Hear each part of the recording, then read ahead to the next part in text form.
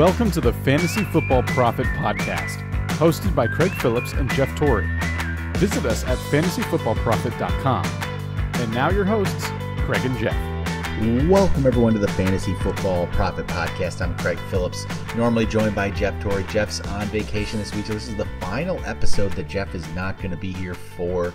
He'll be back tomorrow as we start our Thursday night recap, and then Sunday night he'll be there for all of the recap shows there as well. But I had an episode today I wanted to talk to you about just a few droppable players that are out there. Guys that, probably owned over 50% of leagues, that maybe once had high hopes for. People drafted them hoping, this could be a big season for them.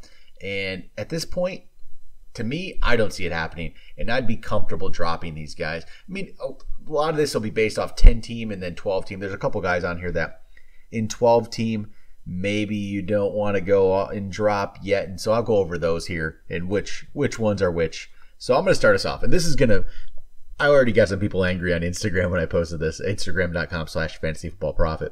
I put Robbie Anderson on this list, and I know. Robbie Anderson's going to have some games, right? I'm sure he is. He's going to have a game or two that's great. But when that happens, he's not going to be in your lineup. It's just, there's no chance. You're not going to be playing Robbie Anderson in your lineup after what you've seen for these first couple of weeks. DJ Moore, obviously, number one target there. Terrace Marshall's becoming a bigger target than Robbie Anderson. So, yeah, he's going to have a week or two that's just great, and that's going to be the argument. Oh, he's going to have some good weeks. Yes, sure. He's not going to be in your lineup when he does it. He's going to be just holding that spot on your bench. You're just going to be frustrated to use him. Now, I'm not saying just go and drop him for anybody, right? You'd have to be in a situation where you need a bench spot. You need to make a move for something. And don't feel like Robbie Anderson is an undroppable player. He's not. You can get rid of him. And honestly, I don't see him being any kind of league-winning player, not being on a championship fantasy team. Don't, release him if you have to. Don't worry about it. I'm telling you, it's not going to be a terrible decision. Same thing, Laviska Shenault, a guy that there's high hopes for going into the season, right? I can't see it in that Jags offense. So also I have Trevor Lawrence on this. If Trevor Lawrence is still on your team, I know there's going to be some weeks, right, that he does some stuff, but you can't trust this guy. You can't trust this offense. How can you? Laviska Shenault, Trevor Lawrence, I cannot trust these guys to do anything this season. I don't want to put a Jacksonville Jaguar in my lineup. I mean, James Robinson's probably the closest thing to a guy you're going to use because the running back position is not deep. If they play him like they did last week, it'd be fine. But Laviska Shenault, I can't see an opportunity to use him. And Trevor Lawrence, you're going to have to be desperate to play him in a great matchup. I'm not comfortable with it. There's going to be picks. No, not doing it. Next up, Kenyon Drake. Kenyon Drake was drafted by a lot of people thinking he's going to maybe even split time with Josh Jacobs, right? That didn't really seem to be happening. Then Josh Jacobs gets hurt, and you're like, okay, now's the time. This is why we got Kenyon Drake. Josh Jacobs goes down. It's going to be good news, right? No, it's Peyton Barber. I can't explain it. Don't know why. Peyton Barber honestly didn't look that bad last week. Kenyon Drake is now the backup to the backup. So Kenyon Drake, I know people are holding him. You don't need to. He can go. Send him on his way. You do not need him on your bench. He's not going to do you any good. If he can't even play when the starter is out, there's no need to have Kenyon Drake on your team. Another one, Nicole Hardman. Again, another guy who is probably going to have a week or two yet that's going to be big.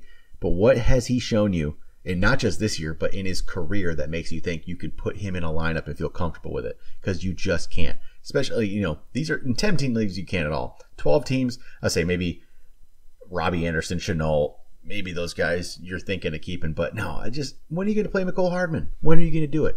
There's not a chance that you're going to want to put him in your lineup. You're going to have to be very desperate to do so. And I know the Kansas City Chiefs factor of having, big plays and anybody in that offense can be great, right? But no, I just don't think that's the case with Nicole Hardman. He'll have a week or two. He gets a big play. He's not going to be in your lineup when he does it. It's just not going to happen. Other guys, Jonnu Smith from the Patriots. Again, another situation where the offense is bad.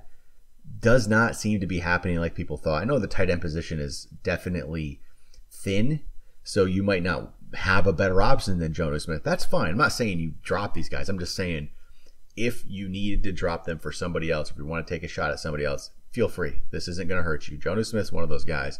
It does not seem like it's happening after 3 weeks. Can't see it. Another player, Elijah Moore, rookie receiver who people were high on, right? It's just that Jets offense is so brutal. I can't see a pass catcher becoming relevant in this. Corey Davis is the only one who's going to be slightly relevant. He's going to obviously have his ups and downs. I can't see Elijah Moore becoming a thing with the way this Jets offense looks. Yeah, maybe it changes, but at this point, there's no need to even hold him on your bench if you can have another guy you can pick up for him. Mark Ingram, David Johnson from the Texans. Philip Lindsay, throw him in there too. You don't need to own any of these guys. They're not going to really help you win weeks. You're not going to want to put them in your lineup. That offense, again, is not great. These guys, you don't even know who they're going to use. Just Texas, stay away from the Texans backfield. This is not going to help you win fantasy. If you have to, you're probably in a rough spot. There's other guys to go find that you would just throw in there. I don't know, maybe Michael Carter's out there. Maybe, go down the list further than that even. I just would rather do that than play a Mark Ingram or a David Johnson. But all right, that's going to do it. Quick little episode today. Just some guys that, you know what? I know some of these decisions are hard sometimes. You don't want to drop a guy you drafted, but do it. Don't look back. You're not going to miss these players. Talk to you guys tomorrow.